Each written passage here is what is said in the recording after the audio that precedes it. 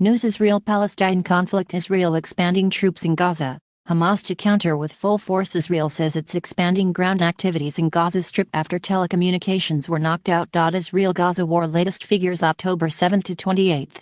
TEOO. Israel killed at least 1405, including 311 Israeli soldiers and 58 police officers, injured at least 5,431. Palestine. Gaza occupied West Bank at least 770. 3109, including 3,595 children, 1,863 women, and 397 elderly people, at least, including 36 children and 1 woman. More than 19734 including about 6,360 children and 4,891 women captive, missing, or arrested. 229 taken captive by Hamas, civilians and soldiers, about 100 missing. More than 1,650 missing, including 940 children. Detainees from Gaza in Israeli prisons, about 4,000 detainees from the West Bank. More than 1,552 prisoners died in Israeli custody. Hamas, which governs the Gaza Strip, has promised to meet attacks with full force in response to the ground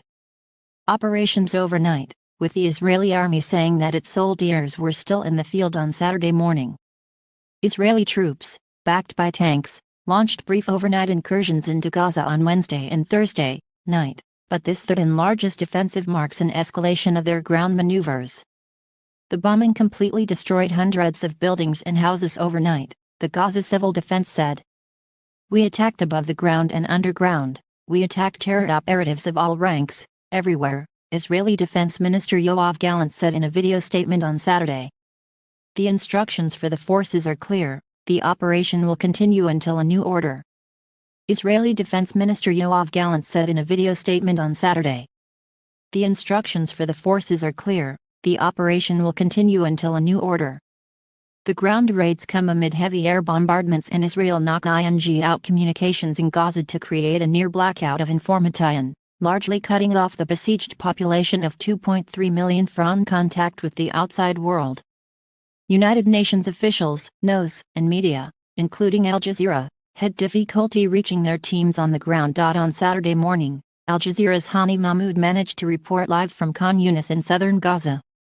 He described what Palestinians lived through as the most difficult and bloodiest night since the beginning of this war. Describing the events that took place overnight, Al Jazeera's Mahmoud said, "It all started when the Israeli military spokesperson distributed a map asserting that Al-Shifa Hospital is the headquarters of Hamas leadership.